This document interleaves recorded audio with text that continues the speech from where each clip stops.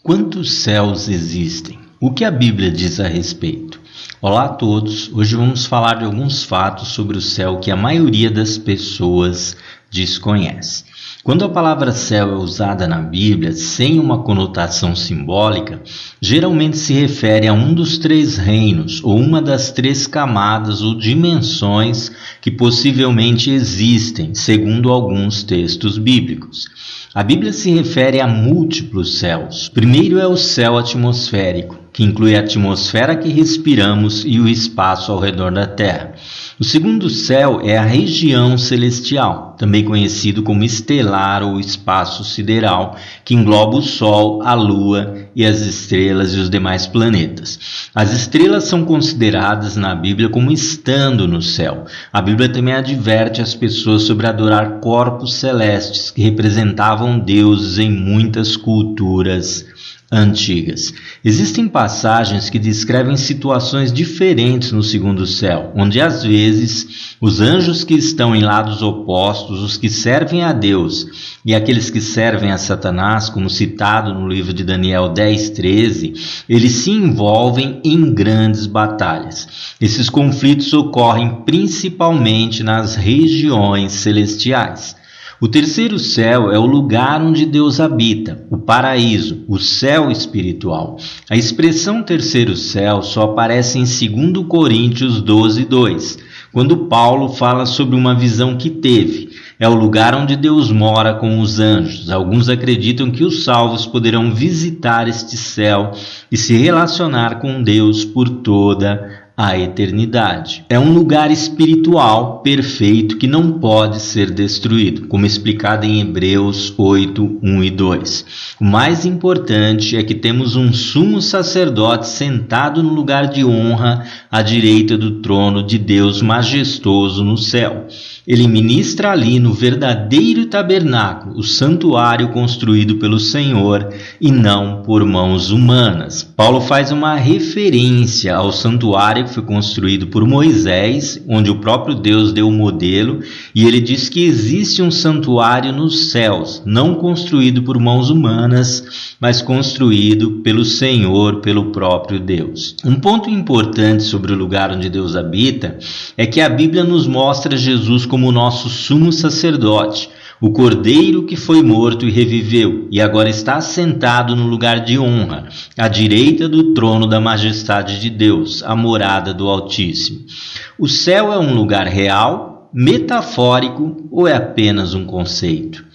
Entendemos pela palavra de Deus que o céu é um lugar real. Em João 14, Jesus diz a seus discípulos que vai preparar um lugar para eles. Esse lugar não seria apenas um estado mental ou apenas um conceito, mas um local real projetado para todos que creem no seu nome. Na casa de meu pai há muitas moradas. Se não fosse assim, eu vos teria dito, vou preparar-vos lugar, e quando eu for e vos preparar lugar, virei outra vez e vos levarei para mim mesmo, para que onde eu estiver, estejais vós também. João 14, 2 e 3. Ele promete que voltará para buscá-los, para que onde ele estiver, eles também estejam. Jesus usa a palavra lugar 2 vezes nesse curto trecho. Em algumas línguas, a palavra traduzida como lugar foi traduzida como mansões, mas na realidade se refere a quartos adicionais construídos na casa dos patriarcas para acomodar a chegada de novos membros da família através do casamento. Na cultura judaica, esses quartos faziam parte da propriedade e ficavam preparados para um possível crescimento da família. E finalmente Jesus promete que voltará para buscá-los, para buscar seus discípulos, para buscar o seu povo, para que eles possam estar com eles para sempre. A tradição mística judaica e alguns povos gnósticos falavam de 3, 7 e até 10 céus. No caso dos judeus, a tradição dos 7 céus encontra-se apoiada por escritos apócrifos, como o livro de Enoque eslavo, o Apocalipse de Baruque e o Testamento dos 12 patriarcas, além de outras fontes que podem ter sofrido influência da cultura pagã, persa e babilônica, que professavam a crença nos 7 céus. Os judeus tiveram contato com essas fontes durante o período do cativeiro. Esses livros, entretanto, foram rejeitados pelo Sínodo de Jânia, o qual definiu o cânon bíblico dos séculos I depois de Cristo. Era uma espécie de concílio, que existiu entre os fariseus ali para definir qual seria o cânon bíblico, os livros que eles adotariam a partir dali. E esses livros eles foram rejeitados.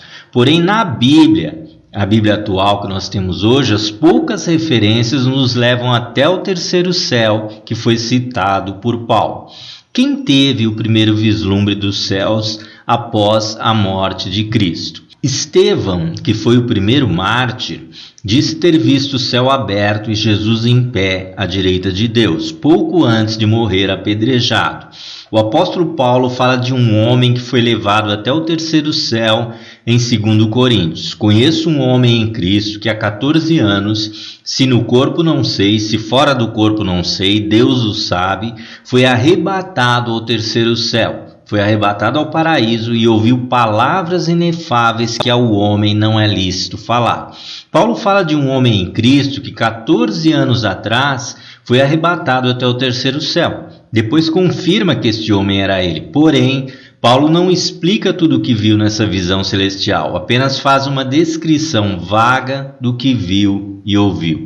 Ele diz ter visto coisas inefáveis, maravilhosas, aos quais ao homem não é lícito falar. Também afirma que não sabe se a visão foi no corpo ou se foi fora do corpo.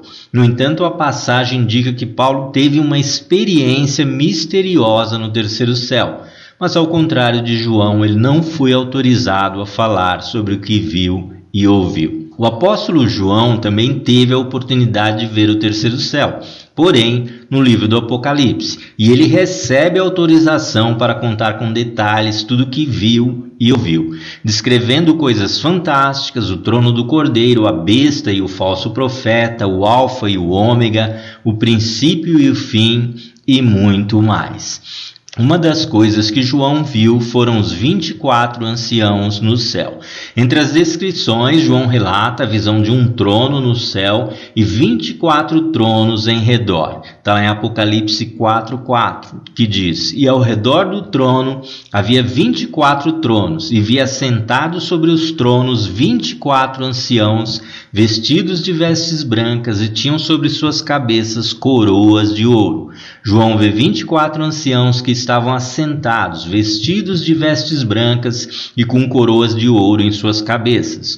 O livro de Apocalipse não especifica quem são esses 24 anciãos, mas o termo grego traduzido como anciãos se refere principalmente a homens e não a anjos. Alguns acreditam que seriam os 12 patriarcas e os 12 apóstolos. Nesse caso, se isso fosse verdade, João estaria tendo uma visão do futuro, já que ele ainda estava vivo quando teve essa visão. É importante considerar que esses anciãos não seriam anjos, pois as coroas nunca são prometidas aos anjos.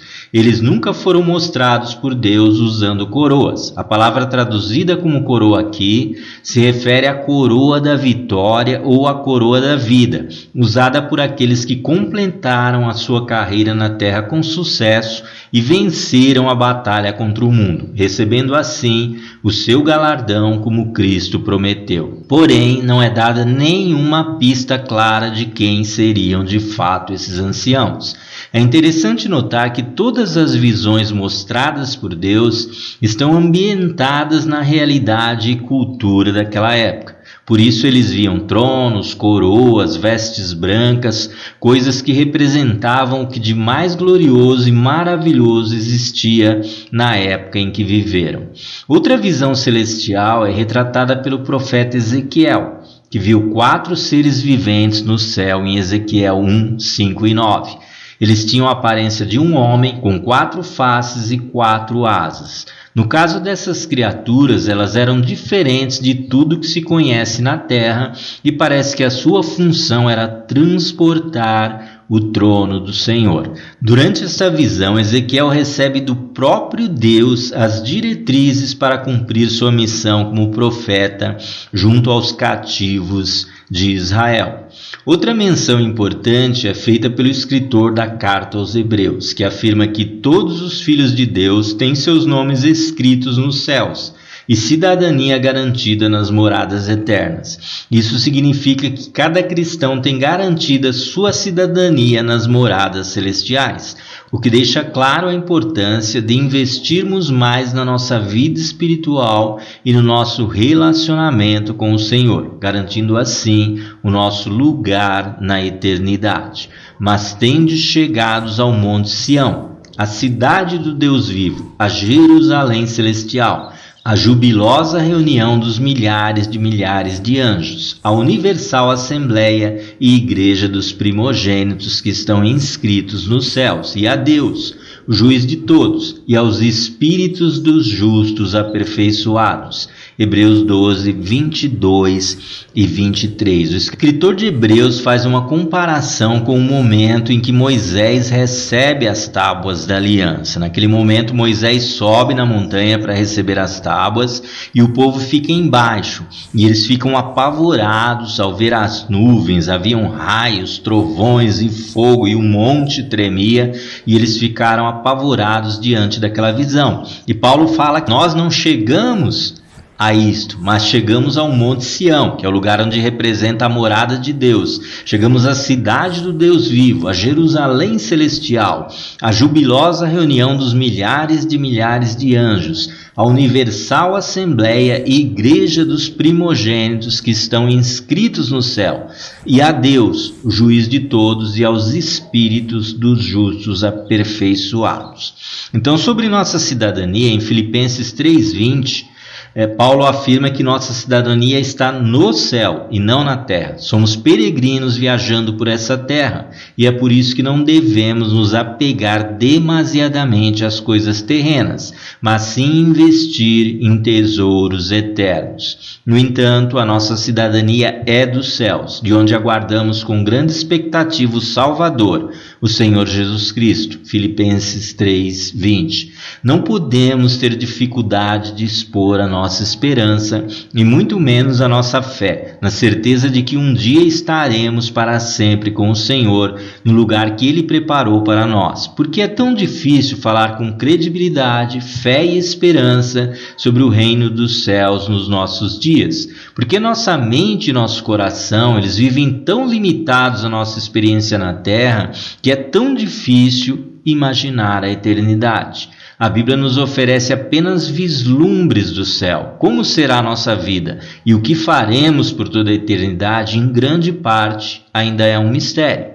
No entanto, a promessa de um lugar de paz e alegria junto a Deus permanece viva nos corações daqueles que têm fé e esperança e acreditam em Jesus, no seu sacrifício na cruz, e esperam ansiosamente o cumprimento de todas as suas promessas.